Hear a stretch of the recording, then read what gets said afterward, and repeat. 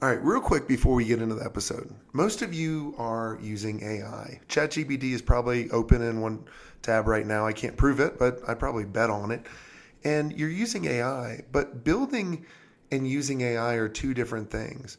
That's why we created an event called Forge. It's a 2-day event in Austin, November 10th and 11th, where you don't just sit and take notes. You actually build. You leave with an AI operating system, custom agents built for solving your biggest bottlenecks.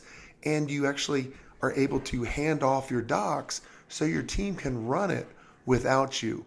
There's only 30 seats, so it's a small event. Everyone's vetted. Go to forgeyouragencyahead.ai. All right, let's get to the show. Hey, Laura Lee, welcome to the show. Thanks, Jason. Yeah, excited to have you on. Happy Tell to us be who you here. are, what you do. I'm happy to talk. Yeah, so tell us who you are, what you do. Sure. Oh, sorry, I didn't hear the question. I'm Laura Lee Jones. I am the CEO of Lionshare Marketing. We're located in Kansas City. Lionshare has a very niche place in the industry, the healthcare industry. We build big databases. We put software on top of those databases so we can do front-end analytics and back-end ROI study for patients and prospects in the healthcare industry. It's a marketing agency based in data. It's our Awesome. number one thing. We let data do the decision making. And how'd you get started? I know you started this 30 years ago, which Yep, 30 is years. a very in long October. time. I actually was working for another firm for about 10 years and running another firm that was pretty similar in the Kansas City area. And I got escorted out of the building on a Friday. So It's 4 always a days. Friday. Why is it It was always on a Friday? Friday, 3 o'clock, nice and early. 4 days later, I just said, see you in the marketplace. It was my decision. And I went and competed. And now here we are 30 years later, 45 people and doing great. You know, I heard some stat a long time ago when I first started working, because my first job was with Arthur Andersen as a computer programmer. And I remember getting a call to like a pretty high up within the company on a Friday. So I was joking with everybody. I'm like, they're probably Getting firing, fired. right? Like, I was like, I've never met this dude. It's a Friday. I was just joking around. I was like, well, I guess that makes sense. Fire people on Friday because then, they don't come into the office on Monday shooting because they have 2 days to think about it. Yeah, calm down. And then, yeah, they let me go. So yeah, it's always on a Friday, right? Yeah. Well, I have never been fired before, so I was shocked. I was like, I thought it was a joke, but it wasn't a joke. Yeah. I've been fired from every single job I've ever had. Good for you. Yeah. I love that. That's why you're And an entrepreneur and work on your own. I mean, it's nice to be able to make the rules. Well, I look back, I was never a quitter. So I think I always made them fire me. Yeah. It's good to not be a quitter too. That's right. I like it.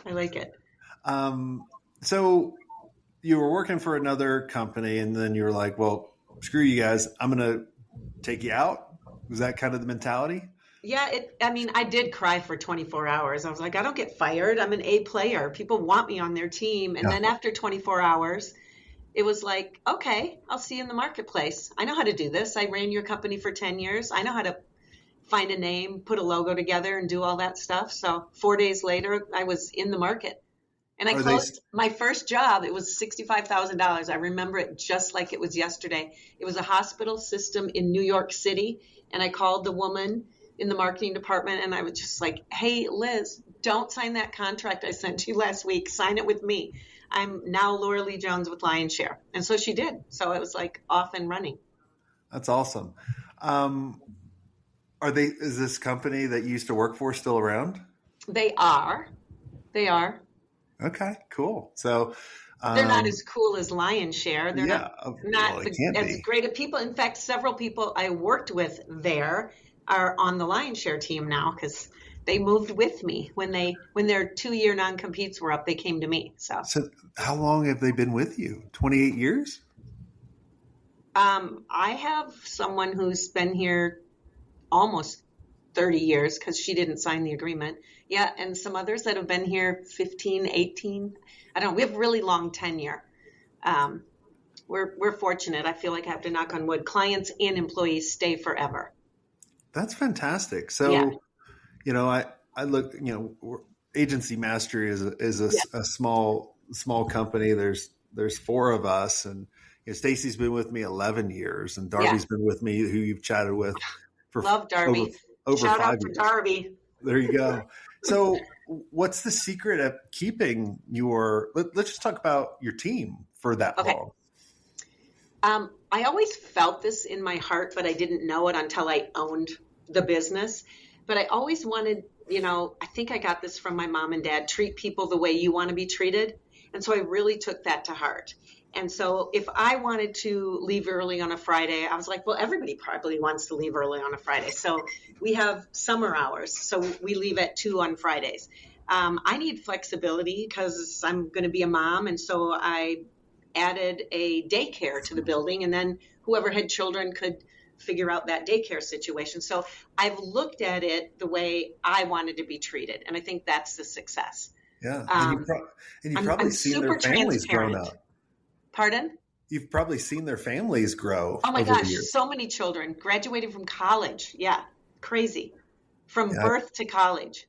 I remember when And, Stacy started with me, she had little girls. yeah, Now one's almost done college, the other yep, one's done college. Like, it's crazy. yep. Some of them have babies, the babies have babies now. Yeah. Yeah. It's So, well, and how have you grown as a leader over the years? Because I know when I started my agency, man, I got so many things wrong. I remember looking back, there was a lot of the right people that I got yeah, rid of, but I was just at a different point where I was immature. I didn't really, and I just didn't get it back then. I never came from a business yeah, part. Like, I yeah. never came from an agency. Like, I knew nothing other Yes. than, I could relate to people. Well, I think in the beginning, at least for me, it was just know what the list is for the day and get it done. And if you can we always call it moving the dirt at Lion's Share. We had to move dirt every day. Who's going to move what parts of this mountain? And in the beginning, I was just very much I'm going to say drill sergeant, this. And then I would try to fit people that were square into a round hole. And as time lapsed and I learned more about how to lead and when not to lead, I realized that everybody has their special secret stuff they do, their sauce, their talents. So we don't ask Laura Lee Jones to take a bunch of detailed notes. It's just not going to happen. But we pair me with someone who's very detailed. So let me think about stuff at a high level. Somebody else, just get me net those things I need. But same thing with everybody else. If I'm working with someone that needs things in a 1 through 10 order, I need to be respectful and give them in the 1 through 10 order. So really, understanding who fits where on the team has been probably one of the things I've learned the most as a leader. Is just don't, if someone's a grumpy programmer, let them be a grumpy programmer. Mm-hmm. Don't try to make them hug you or go to events or things like that. So just let people be themselves, and then they're super happy in that role. And I think that's just mostly about using their natural talents and gifts, and then they have fun, right? You can't make someone a cold caller. If that's not your nature, you can't force that. So I guess that's it. That's probably one of the things I've learned. How have you evolved to be a better leader? Because like, for example, when I started hiring people, I was a shitty manager because I was trying to manage people, but I'm probably a lot like you where I don't want to manage anybody. I I don't. want them I to don't want to be a manage babysitter. themselves, Yeah. right? So how have you evolved as a leader? Is this bad to say that I don't lead people here anymore? Everybody has a team leader, and I don't lead anyone. I meet with the team leaders, and we work together on deciding strategy and goals. And then I pretty much get my marching orders from our president now. And mostly what they tell me is smile and dial, Laura Lee. Just stay on the phones, talk to clients, talk to prospects, just do that thing you do to get people to bring revenue in the door. Yeah. So, and it's what I love to do. I love going to dinners. I love going to conferences. So I've evolved in a way that I understand I'm not going to be good looking at every invoice that has to go out. It's not going to happen. Well, it's a great example. I had a book came out about a month ago called Operator to Owner, right? And you Yes. think about in the very beginning, you're the operator doing everything. You do 1 through 100. Yep. Right. And then when you get to owner, it's more about, look, the business really doesn't depend on me. Yes. Right. Like business can That's make the decisions. goal. And we all want to get there, but we think, well, I own the company. Like if you go back to the very beginning or maybe even 10 years ago or 20 years ago, right? Like you weren't the owner. The agency owned you. Like you 100% tied down. Yes. And we want to all get to a point where we can go off into the sunset. That also makes your business way more profitable if people wanted to sell. So what were some of the things that you did in order to get there? Because there's a lot of people listening in, they're driving into their office or they're flying to go meet a client that they probably shouldn't be doing. And they're like, tell me, was there any steps or things that you followed to get there? I think number one, I really listened to my leaders. And then when my leaders said, you should not be running the company, you got it this far, but your talent should be over here doing this. And we moved a woman, her name is Sarah, into the president role. And that really, really helped. And to not have ego in that. I mean, if you're, I don't know, I use sports analogies. If you're a closing pitcher, you're not expected to throw 80 pitches. So that's really how I view building the company is what role can they play and then let them play it. And then if they don't work out for some reason, give them the metrics you need and then let them figure out the path to get there. And then if it doesn't work out, this was a hard thing for me to figure out, let people go, set them free. They're just not a fit for your organization for whatever reason. And you can't save everybody and you can't make everybody happy. So do the right things, make sure you look good when you look in the mirror. And if you have some toxic folks and you give it an effort to say that we don't do that around here and they can't stop, walk them out the door. There's so many great people out there, so many incredible people that want to work at a company that's fun and has a culture that's the combination of we work really hard, but we also play hard, Yeah. How long did it take you to figure out the ego thing? I'm still working on it. I mean, if you've had success in your life, you're like, well, I've made some pretty good decisions. So I'm probably going to make a good one here, but it's not always true. So I probably would say the last 10 years, I've worked really hard on actually listening in meetings. And starting meetings with, we're going to spend the next 55 minutes talking about this goal. We're going to brainstorm and then really brainstorm. Let people say what they're thinking and really listen. Letting others talk is really an important part of being a leader.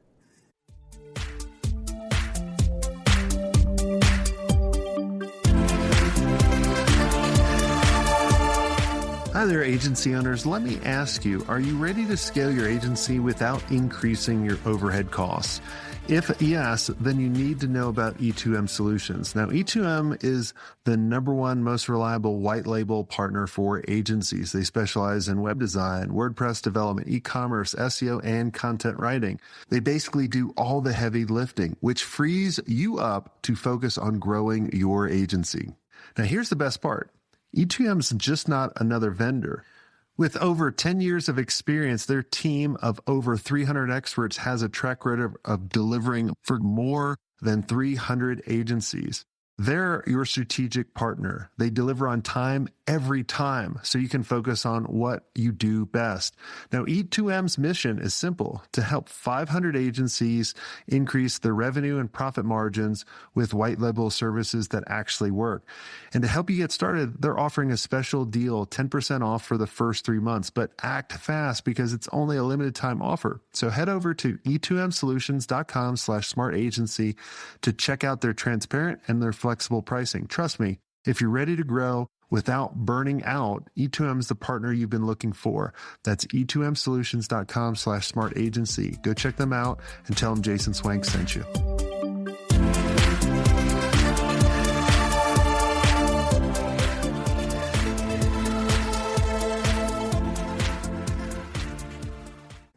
Yeah. The thing I struggled with for many years, especially after I sold the agency, was my identity was tied to being the agency CEO Yep. or the owner. Yes. And, I thought, well, it's always top down. Yeah. And, when I started really kind of figuring out, and I'm still figuring it out, right? Like I'm constantly trying to evolve, especially as all these things are changing so quick. Like quicker than I've ever seen. I mean, Yes. I remember when the internet came, Yeah. and I didn't have any fear when the internet came because I had nothing to lose, Yes. and that's how I gained all the market share that I had. And I feel like it's the same way, the same thing going on right now with AI. A lot of people they have things to protect. Yeah. And they're like, I don't know. I mean, I've been doing it for so long and I don't really want to adapt or evolve to this new thing. And they're a little fearful, which will take them out. And Yeah. then, It will take you out if you don't yeah, evolve and adapt. You have to figure it out. yeah. And they were like, well, like I'm an agency owner. If I don't do that, what am I? Like when I sold the agency, I was like, I sold being an agency owner. I don't own anything. Yeah. And my identity was gone. So Yeah. it was crazy. I'm looking forward to that day at some point. Everyone says that until it happens. I have plenty of things I've put off because I've been doing this for 30 years. There's a lot of things I don't do anymore that I'd really like to get back to. Well, let me ask you this. Like, why did you put it off? Why didn't you just kind of do it at the same time? I did. That's a really good question. I did try to do it at the same time. However, give us an example. I might be a workaholic. Here's a great example. I also raise Dobermans. And you can't see this now, but I have 2 Dobermans in my office with me and 2 Chinese crested. So I'm really into dogs. I train dogs as a side thing. And I used to have a dog training school, but I couldn't do both of them because there just wasn't enough hours in the day. And I was going after the bigger money. I couldn't make as much money having the dog school. So at least that was the story I told myself back then. But you have a president running the agency. I do now. And I do more dog training. And I have like a dog that's 14th in the nation a few years ago. And I have a new puppy sleeping that I'm going to bring up into the top 20 Dobermans. So I just didn't make it a priority. That's really the truth. We make time for those things that really matter. Yeah. Every Friday, a buddy and I, we try to do something epic. We call it Epic Friday. I love that. And so we put ourselves in a situation where it's hard to do. It's a really good accomplishment, whether it be like snowshoe up this huge mountain, ski down, or whatever it is. And we always kind of like interview each other on the top. And we just talk about like, most people, they spend all this time and because I don't know any billionaires, but he knows a bunch of billionaires. Yeah. That's a big number, the B. It's too big of a number, honestly. Like, I mean, I'd like to get there, but like, I don't care. Like, I'm good. Like, I don't need any more. But they're 70, they're 80 years old. They've been putting everything off, and now they're trying to do all the things they want. Yep. And I'm like, the knees aren't working like they used to. You can't jump off the top of the mountain into a bowl. Yeah. Right. So for the past, I think 5 years we've been doing this. I'm like, I love that. Look at all the stuff that we're able to do now, because who knows how our bodies or where we'll be years from now. So I always tell everybody, will be 5 years from now. Yeah. Yeah. I love that. I might have to write that down. Epic Fridays. Epic Fridays. Yeah. It's a lot of fun. And then it just gives you energy for everything else. Yes. I just don't like it when people put things off. Like, do it now. Yeah. Like nothing, nothing's guaranteed. So true. So true. And I love the dog. I have a German Shepherd that I've trained really hard. A Sable. Yeah. Beautiful.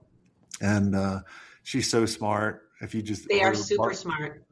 Yeah, she's almost too smart. Like, she's trained us very well, even though Yeah, my they trainer in do the a fair very amount of beginning training was of like, their humans. yeah, my trainer, Josh was like, look, she's going to train you or you're going to train her. Yeah, I think she's that's done a better exactly job of how it training works. me.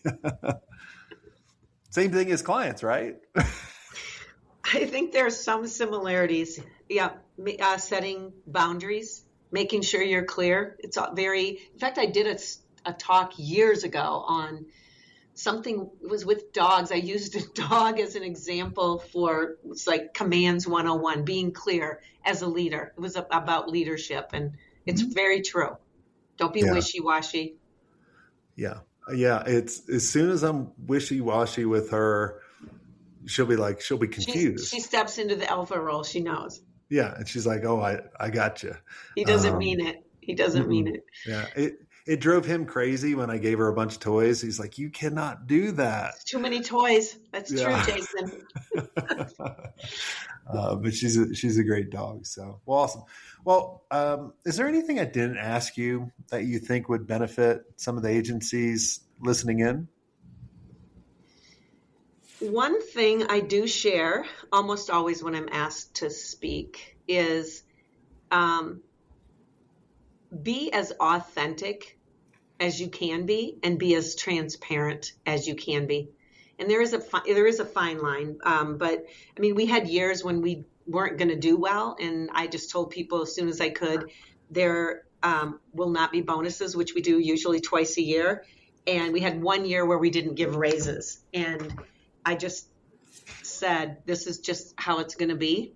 And then I decided to start meeting with the whole company twice a year and doing what we called alignment meetings. Here's where we're at on our goals, financial, any other goals. And I would say, be as transparent as you can be. Have alignment meetings, tell people where we're at, where we're going, what we didn't hit, what we did better on.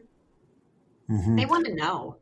Yeah, I like that. I mean, and how did you address, or how did you mentally get over the point of the company not hitting what you wanted to do? Because for many years, for the past, I would say decade, business has been fairly easy. I would think, like, and it's getting harder again. Yeah. Since 99, I've had, up until 2 years ago, every single business has grown every year. And then like 3 years ago, the business went down like 2%. Yeah. And then went down another 2%, another 3%. Right. And at first I was like, man, I've always grown every single year for almost 30 years. All your time. Yeah. Right. How did you mentally kind of look at that and go, like, kind of reframe it to keep going? I'm proud to say that we have grown every year but one in 30 years. We were pretty flat 1 year. I think it is mental attitude, just like we're going to grow every year. I believe that words matter and we can speak into existence. So, and it goes back to the right people in the right spots. So we know if we want Lion Share to grow, I can't go to all these meetings. I can't get mixed up in operations. I just need to stay in that relationship mode. Yeah. Smile and dial. That's what my job is. And the second I don't do my job, that's when the numbers fluctuate. The second we're not clear on what job is everybody's job, as you said, there's 100 things that have to get done in every day, maybe more like 1,000. Who's doing number 352? Yep. And making sure everybody knows what their part of that is. You know what got me over it was there were years at the agency that revenue always grew. Yeah. But sometimes profit didn't grow as much. Didn't grow. Yeah. And then I started looking at this particular business. Revenue was a little down, but you know what? Profit was up. And I think the reason why I wanted to bring that up is because I think when agencies come to us to help, like, my revenue is way down, then I'm like, who cares What's about your the profits revenue? look like? Yes, agree. It's not always the top line. Exactly. I was Yeah. like, what's the profit and how much free time were you able to do? And Yes. how much fun are you having? But I Like, think that's the balanced part is what do you want your life to look like? And Mhm. I mean, for me, when I had a child, I was almost 40 and I didn't want to be away from the child. So I brought the daycare with me Yep. wherever I went. But I Yeah. think that too, knowing you're the picker of your life, regardless if you're an owner or anything, you pick every day. Where do I want to be? Where do I want to go? Even if you work for someone, you can pick again. You can always pick again. Well, it's a game. Yes. It's like I always treat it as like Monopoly. It's Yep. like, all right, I'm going to win some, I'm going to lose some, That is but true. I have the opportunity to play the game over and over again. And are you winning where you want to win? Are you able to do Epic Fridays? Yeah. That's a big win. Yeah. Well, it's time. Like the Yeah. older I get, that means more to me than, Understand that. like if I have to take an hour to explain something to someone to take it over forever versus me Yes. just doing it in 10 minutes, like old Jay or the younger Jason would Yeah. just do the 15 minutes. Oh, I don't want to bother this. Now I'm like, no, I'll train you for 2 hours if I've never Yeah, have to. because I don't want to do it anymore. No. So And you do it better than I do. yeah, well, I learned to delegate outcomes rather than tasks. Perfect. I agree with that. And it made a big difference when and sometimes I delegate tasks. I'm not perfect. Yeah. Like it No, just like, we're all evolving and learning, right? yeah, it's like, and then you look back and you're like, oh shit, I gave Stacy a task where Yeah. I should've just told her, here's the outcome I want. Go figure it out. Like, Yeah. I trust you. You manage yourself. Like go Well, and figure back it to out. what I said earlier, knowing what people are good at. Some people are really good at tasks. Give me my 10 tasks, I'll check them off. Other people are good at, let me think through the best path to get those tasks done. Yep. And knowing who those people are. Exactly. Well, cool. Well, awesome. Well, Laura Lee, thanks so much for coming on the show. For everyone listening in, if you guys enjoyed this episode, make sure you share it out. And check us out at agencymastery.io. And until next time, have a swank day.